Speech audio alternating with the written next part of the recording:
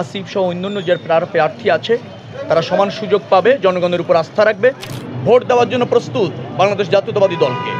ঢাকা 10-এ অন্যরা যারা নির্বাচন করতে চায় সবাইকে স্বাগত।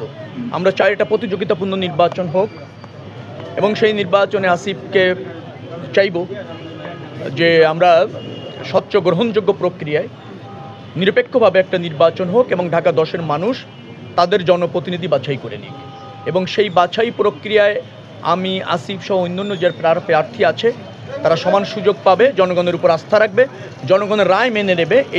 এই মানসিকতা যেন প্রার্থী হিসেবে দল হিসেবে আমাদের সবার থাকে, সেই প্রত্যাশা রাখবো। চ্যালেঞ্জ মানুষের ছাড়া আছে, কিছু প্রত্যাশাও আছে, কিছু পরিবর্তনও মানুষ চাইছে, বিশেষ করে রাজনীতিতে, রাষ্ট্র ব্যবস্থাপনায়, সংসদ সদস্য হিসাবে আচরণগতভাবে জানা বুঝার ক্ষেত্রে তারা একটা গুণগত পরিবর্তন চায়। তো এটাই চ্যালেঞ্জ হবে যে জনগণকে আশ্বস্ত করা যে তারা আমাদের উপর যদি আস্থা রাখে, ভোট দেয়, নির্বাচিত করে, আমরা তাদের প্রতিনিধিত্ব করতে সক্ষম হব মহান সংসদে। এই জায়গাটা জনগণের যে প্রত্যাশার একটু পরিবর্তন হয়েছে আগের যে কোনো সময়ের চেয়ে, সেই প্রত্যাশাটা আমরা ধারণ করতে চাই, জনগণকে বোঝাতে চাই যে আমরা সক্ষম এবং আমরা পারবো তাদের আস্থার মর্যাদা দিতে, তাদের রায়ের মর্যাদা দিতে। এই জায়গাটা বোঝানোর ক্ষেত্রে আমাদেরকে আরও বেশি মনোযোগী হতে হচ্ছে, আরও বেশি কনসার্ন হতে হচ্ছে, আরও বেশি জনগণের মতামতকে আমলে নিতে হচ্ছে। এটাই চ্যালেঞ্জ।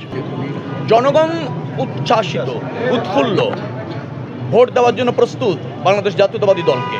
নেতাকর্মীরা তো আগের থেকে প্রস্তুত আছে, কারণ ভারপ্রাপ্ত চেয়ারম্যানের অধীনে গত 17 বছর আন্দোলন করছে, সংগ্রাম করছে, জীবন দিয়েছে, অন্যথায় স্কিনিংয়ের শিকার হয়েছে, গুম হয়েছে, কারাগারে গিয়েছে, আবার কারাগার থেকে বেরিয়ে এসে রাজপথে গিয়েছে। অর্থাৎ বিএনপি নেতাকর্মীরা ভারপ্রাপ্ত চেয়ারম্যানের নেতৃত্বে ঐক্যবদ্ধ দীর্ঘ 17 বছর।